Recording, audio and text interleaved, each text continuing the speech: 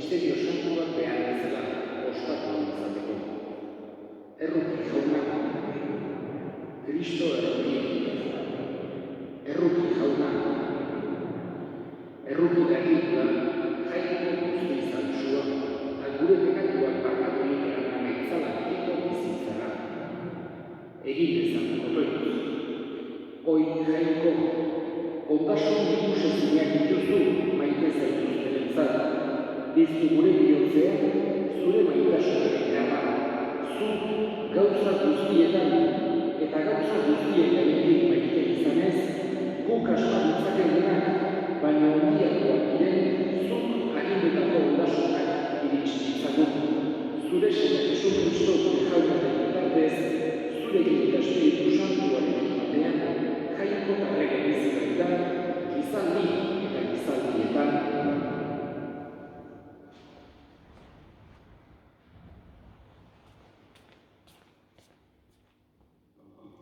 Epaileen liburutik, egun haietan jaunaren espiritua etorri zen Jefteren gainera, eta Jefte Galaaren eta Manasesen barrena, Galaadeko Mispara igo zen, eta handik Amondarren kontra jo zuen, eta zein egin zion jaunari, Amondarrak eskuratzen ari zirazu, Amondarrak azpiratuta garaile etxera itzultzen izenean, nire etxetik bidera lehenengo ateratzen zaidana jaunarentzat izango da, eta erreopari eskiniko dut. Jeftek azpiratu zituen Amondarrak, eta jaunak eskuratu zizkion. Aro erdik hasi, eta minit ingururaino 20 herri azpiratu zituen, eta Abel keramingo maastietan ondamendik gaitza izan zen, eta Amondarrak Israeldarren menpean gelditu ziren. Itzuli zen Jefte Mispara bere etxera, eta han ateratzen zaio bidera bere alaba, soinu eta dantzariekin. Alaba bakarra zuen, ez zuen beste seme alabarik. Ikusi zuenean, urratu zuen bere soinekoa, eta esan, ai, ene alaba, hau zoritxarra nerea, zuregatik galdua naiz. Hitzeman diot jaunari, eta ezin dezaket atzera egin. Alabak erantzun, aita, jaunari hitzeman badiozu, bete zure hitza. Jaunak zure etxaietatik, Amondarretatik, bendeku egin dizuetan. Esan zio gainera, egidazu mesede hau, utzidazu 2 hilabetez mendiz mendi ibiltzen lagunekin, neskatxa genditu behar dudalako negar egiten. Aitak erantzun, zoaz, eta utzi zion joaten 2 hilabetez. Joan zen alaba mendiz mendi bere lagunekin, eta negar egin zuen, neskatxa genditu behar zuelako. 2 hilabeteak igaro zirenean, itzuli zen aitaren gana, eta aitak bete zuen hartaz egina zeukan izatzina, jaunak esana. Erantzun salmoa, hemen nauzu jauna, hemen nauzu. Bai doatxo jaunagan itxaropide duen gizona, arro eta gizor zaleetara jotzen ez duena. Hemen nauzu jauna. Opari eta eskaintzerik ez duzu nahi izan, baina belarriak ireki dizkidazu. Erre opari eta oben oparirik ez duzu eskatu, eta orduan esan dut nik, hemen nauzu. Hemen nauzu jauna. Jauna zuekin, Jesu Kriston Evangelioan San Mateoren burutik. Aldi hartan, Jesusek berriz ere parabolatan, honela esan zien apaiz nagusi eta herriko zaharrei. Zeruetako erreinua, bere semearen eztaiak ospatzen zituen errege baten atzekoa da. Bidali zituen noroiak eztaietarako deituei eusegitera, baina hauek ez zuten etorri nahi izan. Berriz ere bidali zituen beste noroi batzuk esanez, esaiezue deituei, prest daukat nire jai etordua. Zekorrak eta haragitarako bizenduak hilak ditut, eta dena prest daude, zatozte eztaietara. Haiek ordea ez entzun zuten, eta bata bere lurretara joan zen, bestea bere salerostetara, gainerako berriz morroi egin du eta gaizki erabili ondoren hil egin zituzten. Haserretu zen erregea eta bere muda-mutilak bidali zituen, hiltzaile haiek galtzera eta haien argiari su ematera. Gero, honela mintzatu zitzaien bere morroiei, eztaiak prest daude, baina deituek ez zuten merezi. Zoazte beraz, bide gurutzeetara eta aurkitzen dituzuen guztiei dei egiezuen eztaietara. Atera ziren morroiak bideetara eta bildu zituzten arkitutako guztiak txar eta on, eta hala bete zen bazkaldarrez eztailekua. Sartu zen erregea bazkaldarrak ikustera, eta eztai jantzirik gabeko bat ikusi zuenan, eta esan zion, adiskide, nolaz sartu zera hemen, eztai jantzirik gabe, eta arek hitzik ez. Erregea orduan, honela esan ziren bere zerbitzaileei, esku oinak loturik, bota ezazue kanpoko ilunpetara, han izango da negarra eta hotz karraska. Asko baitira deituak, baina gutxi aukeratuak. Jaunak esana.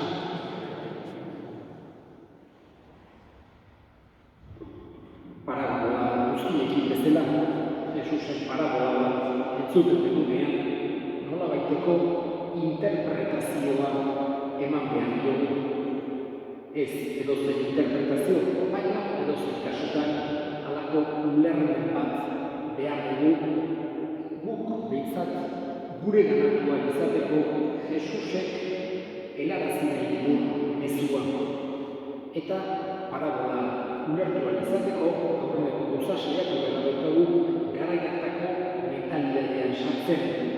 Haiek zauzkaten, esan genezake, parametroetan murgiltzen. Bestatik ere, parabola ulertzeko ezinbestekoa dugu gaineko parabola guztiekin eta Jesusen mezu osoarekin koherentzian ulertzea.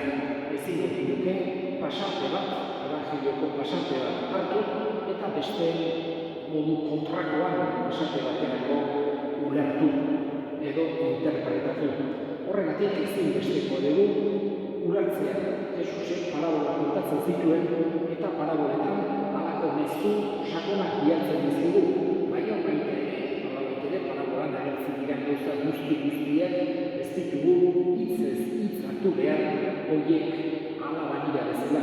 Baizik eta ulertu behar dugu Jesusek zer halako testu inguruan murgildu arazi nahi gaituen ulertuak izateko.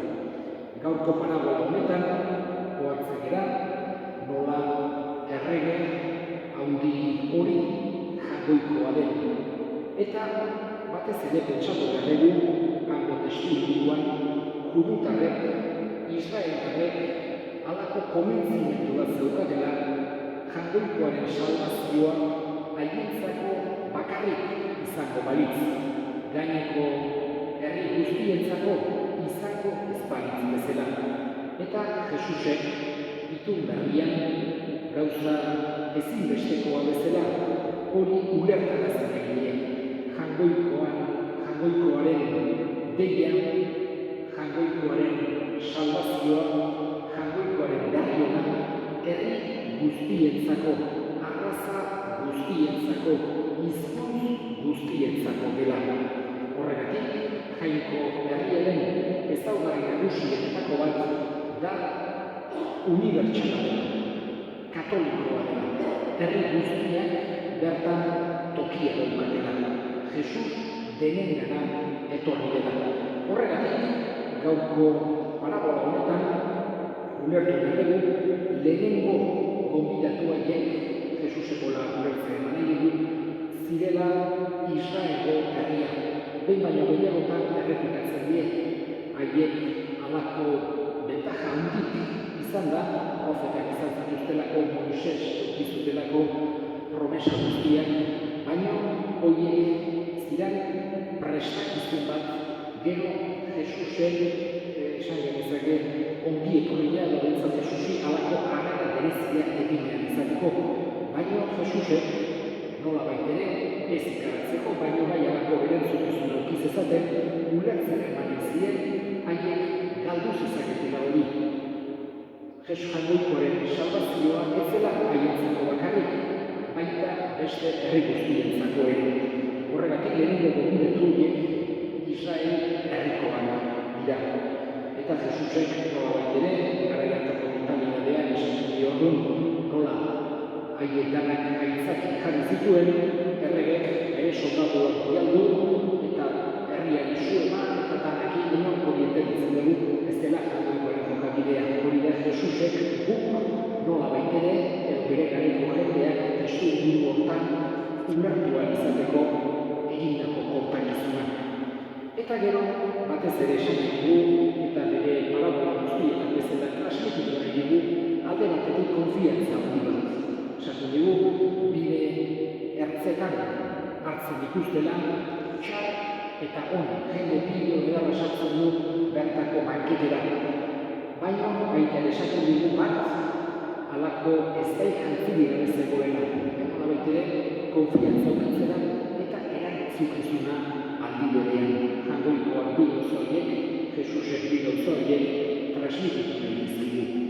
Ez azkeneko esaldiak ez dugu esanek, gutxi salbatuko direnik, hori ez da gintzateke koherentea izango, Jesusek erakatsitako guztiarekin, ez da guri alako bildurra eukitzera erabatea bezala, baizik eta Jesusen erakutsietan ohartzen dira, konfiantza bakean transmititu nahi dizkigula, baina aldi berean ere erantzukizun hori guk doai handi bat jaso dugula eta esperonez eta erantzukizunez Jaungoikoaren graziaz horri erantzun behar dugula.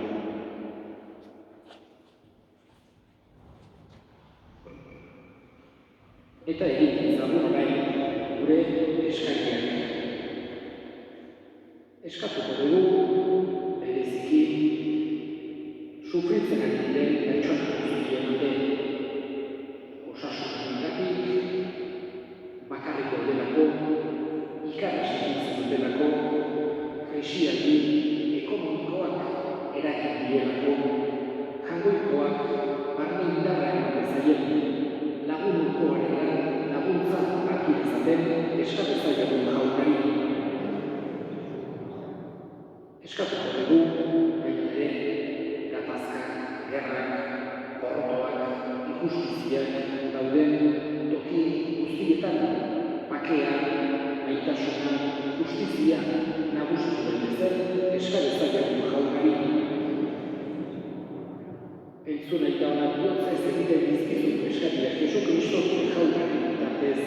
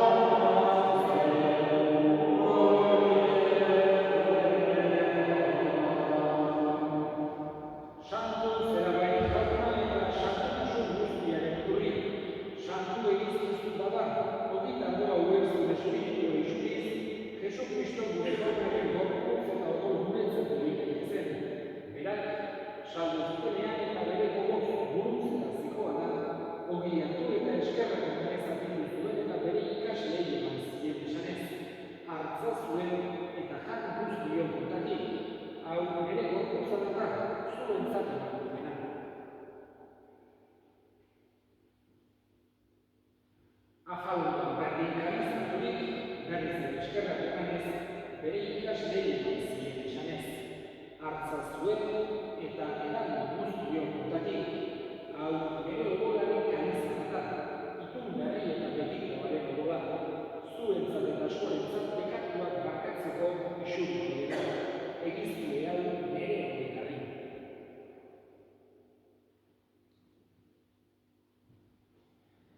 Hau da, sinismenaren misterioa.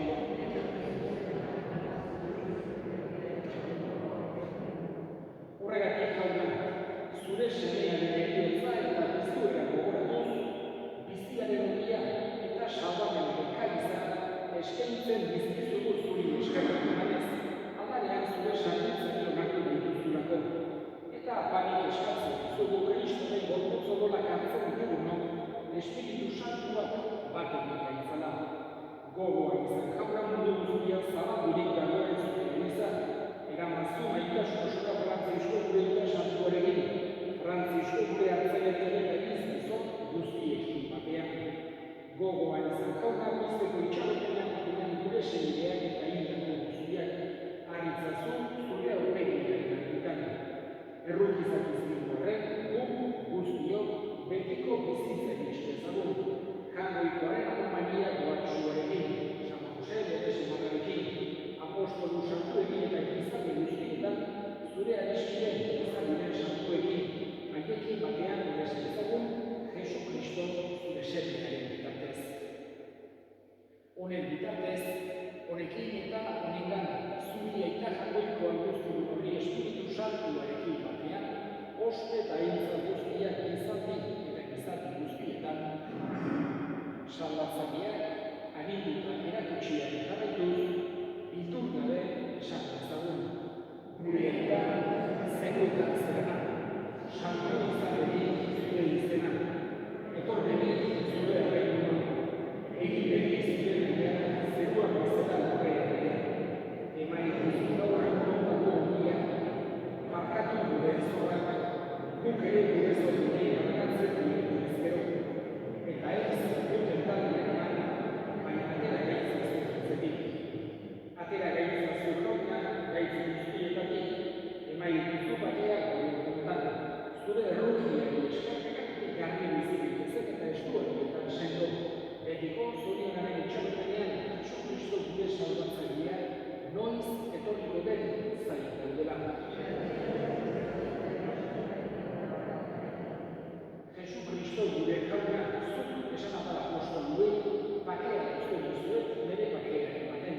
Begira zure elizaren sinismenari eta ez gure pekatuei, eta zure gogoa den bezala, emaiozu elizari bakea, eman batasuna, errege bizi baizera gizaldi eta gizaldietan, jaunaren bakea baite zuekin. Eta eskurik eman gabe, emaiozu bakea elkarri. Zangoikoa bekin dutxa, zuk entzen dezun katua